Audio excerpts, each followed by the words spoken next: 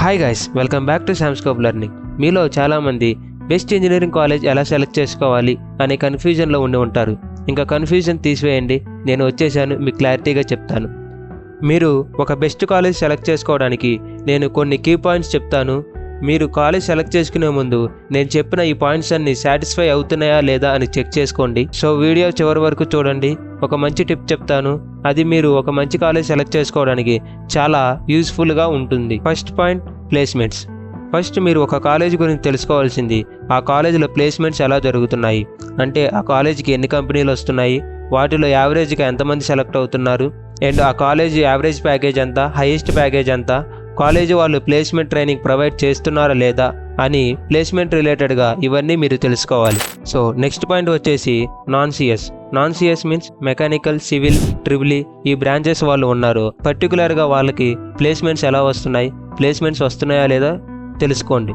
ఇంకా ఎవరైతే ఈ నాన్ సిఎస్ వాళ్ళు ఉన్నారో వాళ్ళు సాఫ్ట్వేర్ జాబ్ తెచ్చుకోవాలి అనుకుంటే మీరు ఖచ్చితంగా చెక్ చేసుకోవాల్సింది కాలేజ్ అనేది నాన్ సిఎస్ వాళ్ళకు కూడా ప్రోగ్రామింగ్ రిలేటెడ్ సబ్జెక్ట్ చెప్తుందా లేదా అని తెలుసుకోండి. సో మీకు సాఫ్ట్వేర్ సైడ్ రావడానికి చాలా ఉపయోగపడుతుంది. నెక్స్ట్ మీరు తెలుసుకోవాల్సింది ఆ కాలేజీలో కోడింగ్ కల్చర్ ఎలా ఉంది, లైక్ కోడింగ్ రిలేటెడ్ క్లబ్స్ జరుగుతున్నాయా అని తెలుసుకోండి. Next faculty and academics. Almost అన్ని కాలేజెస్లో ఫ్యాకల్టీ ఒకేలాగా ఉంటారు.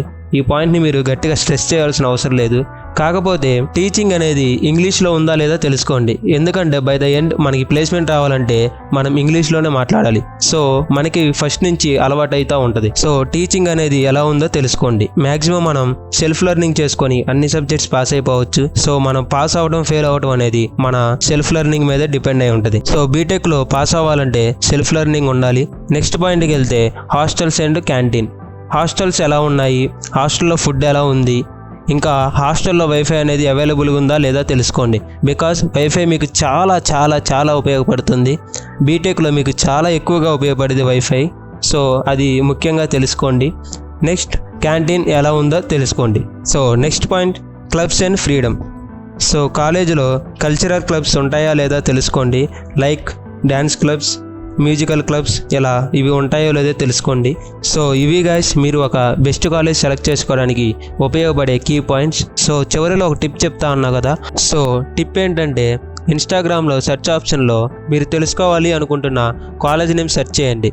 కాలేజ్ నేమ్ సెర్చ్ చేయగానే అక్కడ ట్యాగ్స్, ప్లేసెస్ అనే ఆప్షన్ ఉంటుంది. ఆ ఆప్షన్ మీద క్లిక్ చేస్తే మీకు ఆ కాలేజీకి సంబంధించిన స్టూడెంట్స్ పోస్ట్ అండ్ వీడియోస్ వస్తూ ఉంటాయి.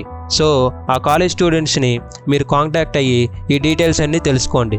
So that's it for today guys. Thanks for watching. ఈ వీడియో కనుక మీకు నచ్చినట్లయితే లైక్ చేయండి, షేర్ చేయండి అండ్ సబ్స్క్రైబ్ చేయండి. ఈ వీడియోని ఖచ్చితంగా మీ ఫ్రెండ్స్తో షేర్ చేసుకోండి.